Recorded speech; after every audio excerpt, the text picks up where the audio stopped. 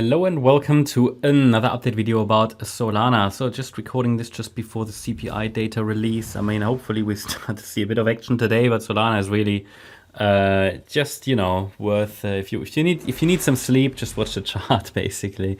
It is quite boring, but we're just moving in this sideways range still. Just wanted to repeat the key levels here for you. I don't see any additional, let's say, critical significant moves since yesterday. But as I mentioned, it is absolutely possible that from here, a rally in the orange C wave is starting. So the reason I'm saying this is that the move down looks very much corrective looking decline. We have 3 waves to the downside currently, as you can see there. And this 3-wave move down, I mean, could have finished. We have a bit of a reaction there. Nothing major, hasn't made any higher highs yet, but the decline looks corrective. It could be an ABC structure. And if I'm adding a Fibonacci support box, you can see that it reacted to the 50% Fibonacci retracement. So this is something, I'm adding a support zone here. It's not like a pattern or let's say a setup I'm really confident in.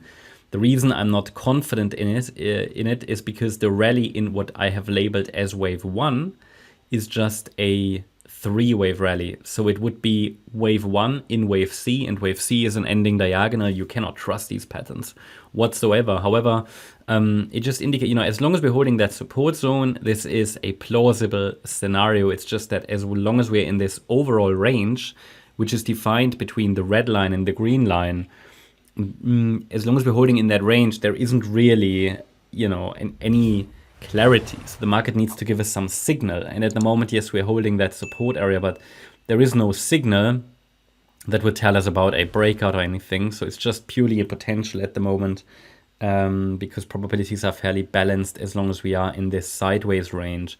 Now, in turn, a break below that $127 level, which is the 78.6 retracement of that box down there, a break below that level would indicate that we are, well, at least testing the red line, which is the low point that was formed on the 1st of May. And that's a critical breakdown point because that would take us or send us out of the range if we break below that level.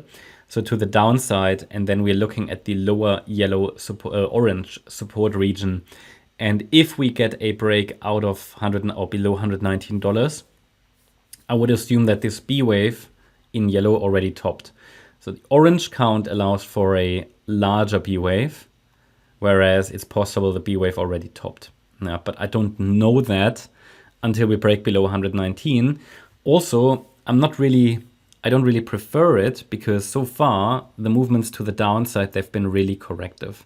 So they've been really corrective. We're holding support, we're holding in the range, and what I think might actually happen is that this B wave actually is forming as a triangle.